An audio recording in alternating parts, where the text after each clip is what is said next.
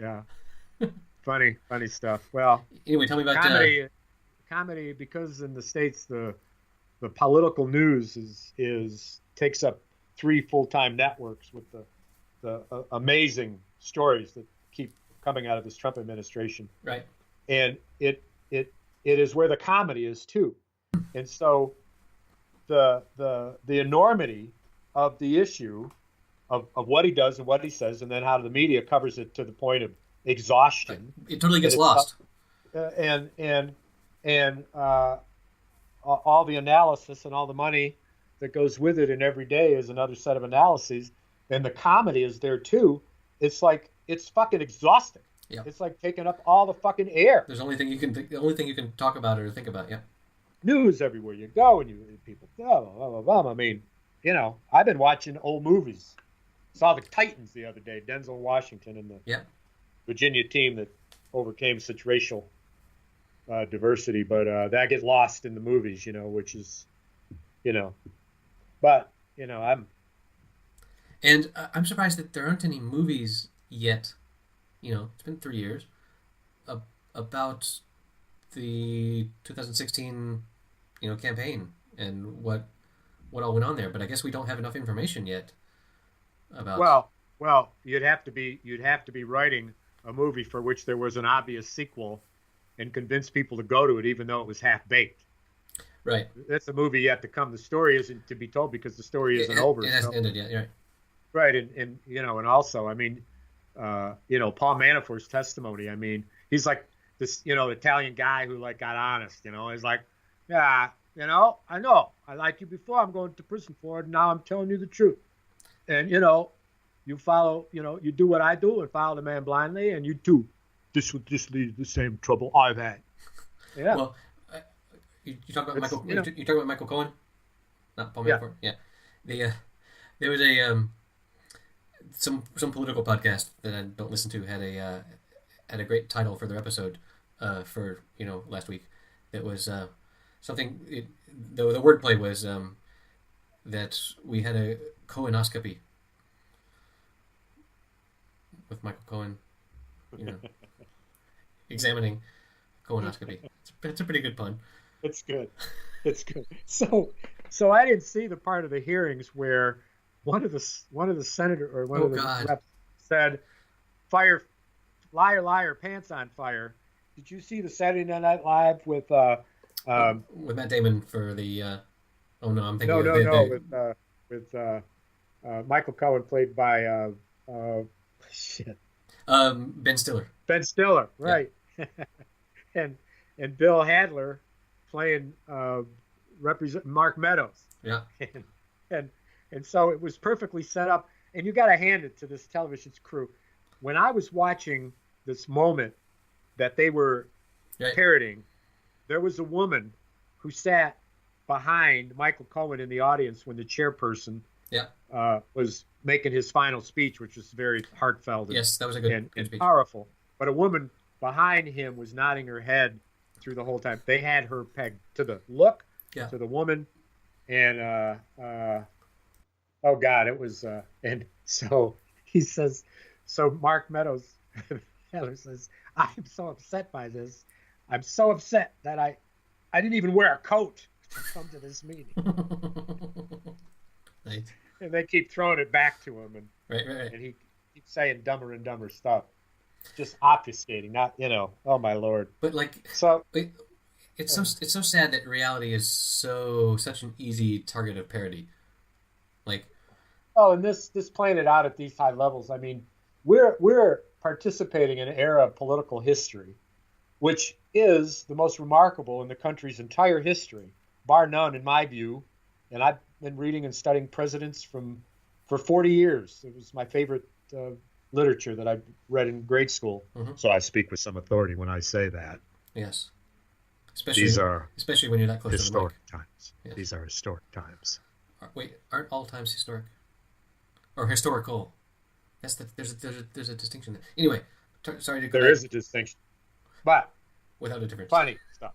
Funny stuff. Comedy, the news, the comedy, everything's around newspapers, discussions, conversations, blah, blah, blah, what to talk about, what not to talk about. And the 35% Well, 60 million Twitter followers.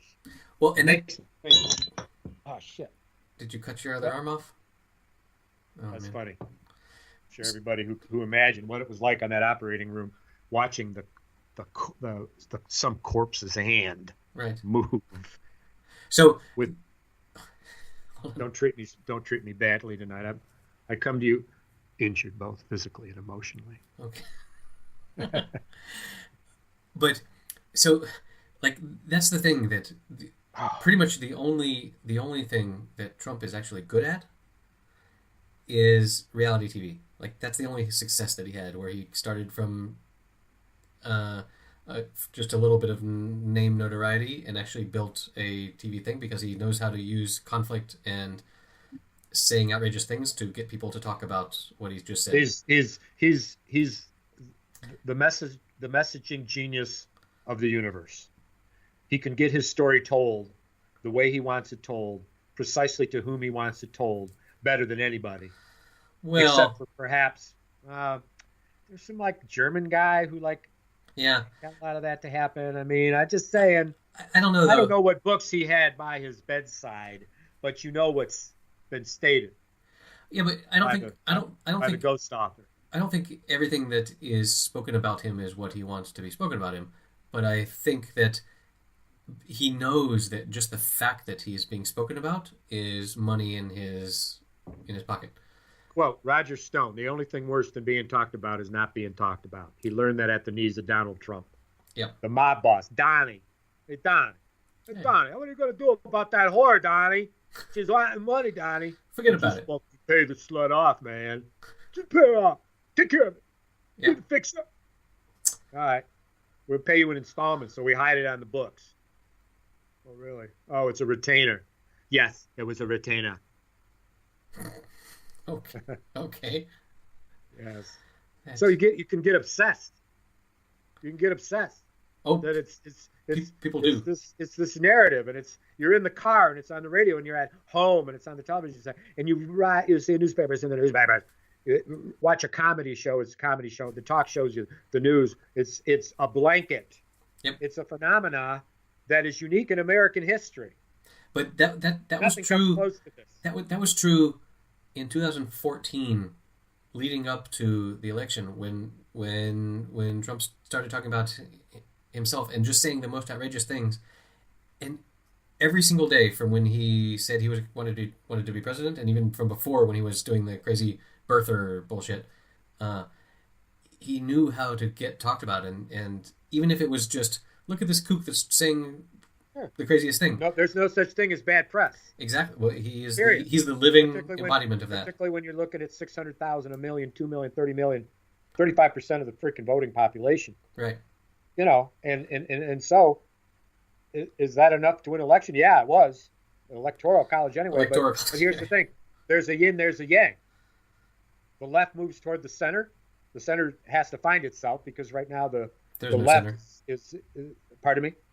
I mean, I think the left is moving for the first time in a while, moving further left than because the right is always.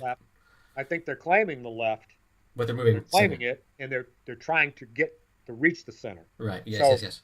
It's better defined, and while it's grandiose, and the Green Deal and right. all the stuff that AOC is doing, this is a way to, as she intends, to rivet and say, quit talking about it. I put it in writing. Now what? Yeah, nice. Different pieces of it with a different life. And so that the left is established and now is documented and looking for a plan of action. And so that means then that as they move from initial leadership and the opportunity to establish a policy agenda that addresses their most liberal leanings, they look toward the new election and they say, okay, we got the left part of the left covered. Yeah. Now let's think about the majority of people who are left of center, which are progressive, if not moderate, who in fact outnumber of course the left. But here's the thing: by defining that far left and drawing the line in legislation, some components of which are centrist, right. moderate centrist, the right that's wins. how you establish what's acceptable, not acceptable. Somebody's got to be fucking outrageous. because this stuff that's going on is fucking crazy. And so for those people that can forward the political dialogue in great disciplined leadership that puts it in writing, the better off everybody is. The disagreement will lead to agreement in different pockets. And so if we travel that path, we will find bipartisan support. Right. Because the moderates and the centrists in the Democratic Party are not a whole lot different than the fiscally conservative but socially concerned Republicans on the other end of the spectrum. There's some blurry lines there. Yeah, but start being concerned about quality of life for people. But again, like to be talked about, you have to say crazy shit, and so that's why. Because now we live in a world where you want views and clicks and likes and hearts and shit, and it's so important to just come out and be in the middle and say, this side has a point and this side also has a point, and I think there's some middle ground in there. No one's going to share your video. Listen,